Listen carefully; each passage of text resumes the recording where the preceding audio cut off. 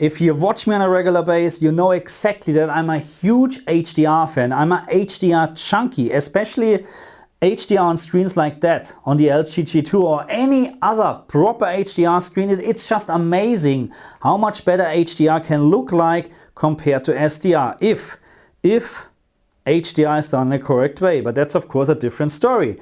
But when we're now talking about Dolby Vision Gaming, I have to say that I'm actually very disappointed.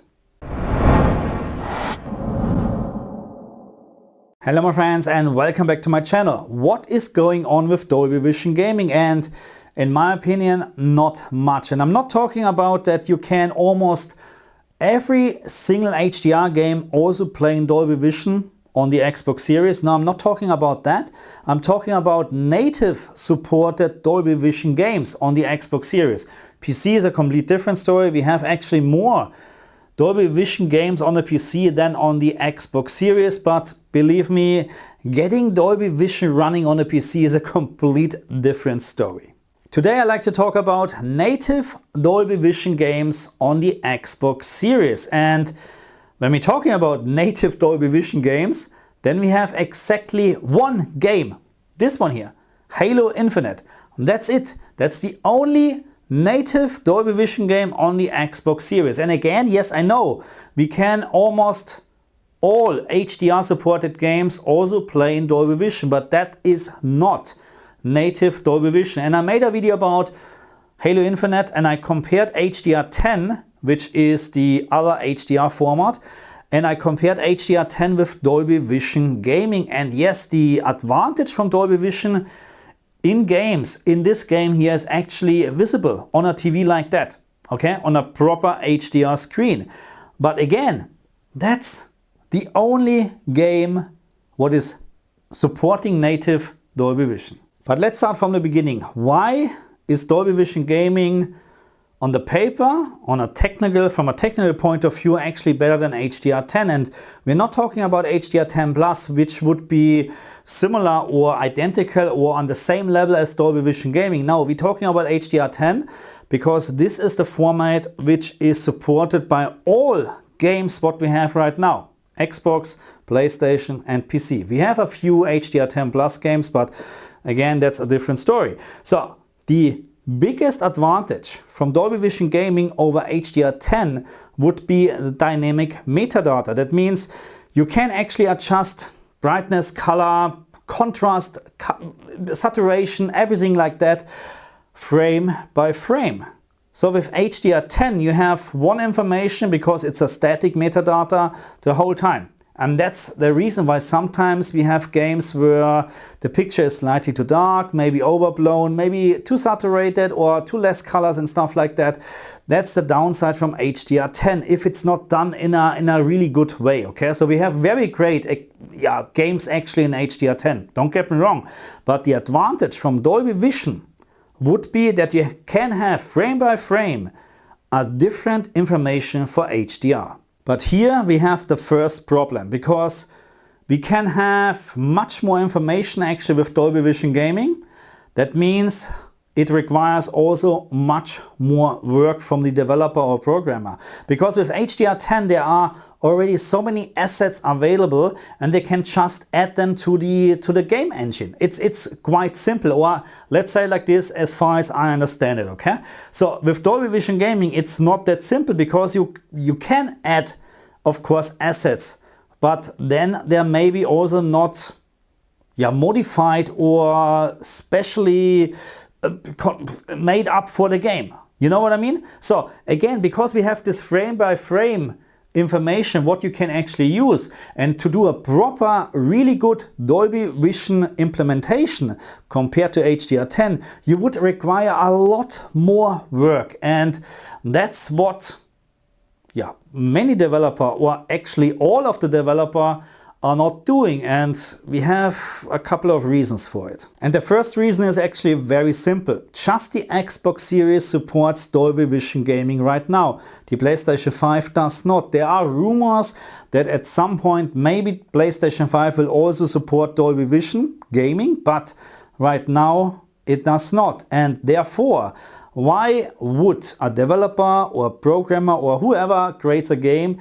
actually spend additional time or money on a native Dolby Vision implementation? Again, we're talking about native Dolby Vision, and it's without a doubt that native Dolby Vision would be much better than HDR10, without a doubt, okay? But again, because to make it better, you have to put much more work in. And if you can sell now on the Xbox, let's say 100,000 games with Dolby Vision Gaming, or you sell a game on the PlayStation 5, maybe 500,000 times, because it's, yeah, we have to admit, PlayStation 5 is PlayStation has a much higher user count, okay? That's how it is.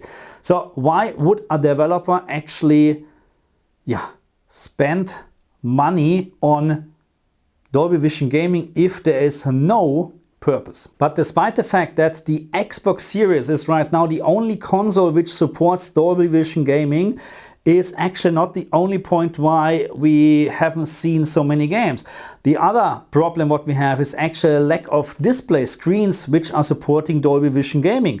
Or let's say like this, we have actually a lot of TVs nowadays supporting Dolby Vision Gaming, but not without any issues like 120 Hz support or increased input lag. So the LG TVs, as far as I understand, are the only TVs right now, and correct me if I'm wrong, maybe Sony right now is also on the same level maybe, but right now the LG TVs are the only screen or TVs in the market which are supporting native Dolby Vision with 120 Hz, 4K and VRR and no input lag increase.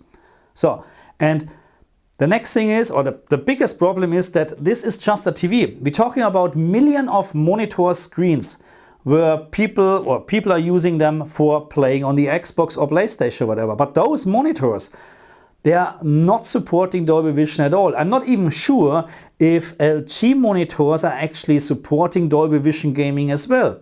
I'm actually really not sure about that. But this is also a point why we have seen not many native Dolby Vision games. Because again, why? For what? Why would a developer put more money into a game to have an advantage over HDR10, which again, without a doubt, from a technical point of view, Dolby Vision Gaming and also HDR10 Plus is much better than HDR10. But again, why would someone spend money if just a few people can actually benefit from it? And that's why, unfortunately, in my opinion, Dolby Vision Gaming is dead. Or again, it was never alive, because yeah, the only game what we have seen again is Halo Infinite. And the worst part here is actually that when it was released, Dolby Vision in the game was actually broken, because the maximum peak brightness back then was limited to 400 nits. I made a video about this. It took them, I think,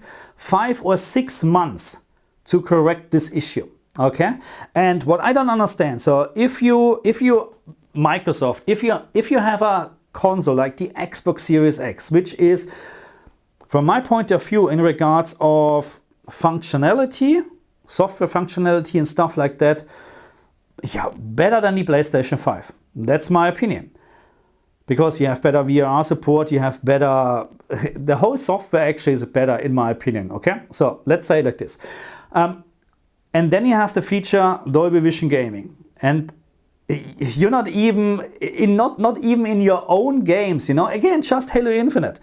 That's the only game which supports native Dolby Vision at the moment. So what is going on? If you're not pushing this from a manufacturer point of view, then why would anyone else wants to push this?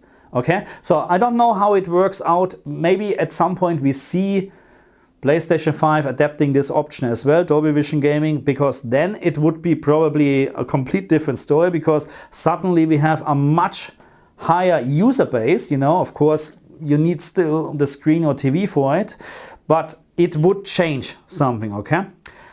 Right now, I'm very disappointed, because when it was announced back then, I was actually absolutely hyped for it. I had my LG CX back then, and I was looking forward to it, okay? And it is just, how should I say, it's a big disappointment. So one final thing before we actually end this video. I have a lot of comments where people saying, hey, when I'm using Dolby Vision on my Xbox Series, it looks better or it looks different to HDR10. And you're absolutely correct, that's the case. But that's not because you're now using Dolby Vision, that's because your TV, your screen is doing something different. So let me explain what I'm talking about. So on the LG TVs, for an example, the Dolby Vision Gaming mode is absolutely not correct. Okay, let's say like this. The EOTF core, for an example, is overbright in the midtones. Also, colors are slightly oversaturated, at least on the CX and G2. I'm not aware or not sure about the G3 or any other models at the moment, but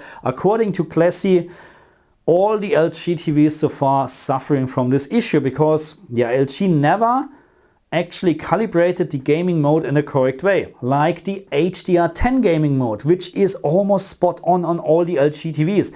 That's why you have a difference, and that's why maybe, let's say you're using a different TV, not an LG TV, you may experience the same. You have a difference between your Dolby Vision picture settings and your HDR10 picture settings. But again, that's not because you're using Dolby Vision now, that's because your screen is doing something else. Because if a game does not support Dolby Vision natively, all what Dolby Vision is doing is using the HDR10 metadata and displaying the information in the Dolby Vision picture mode.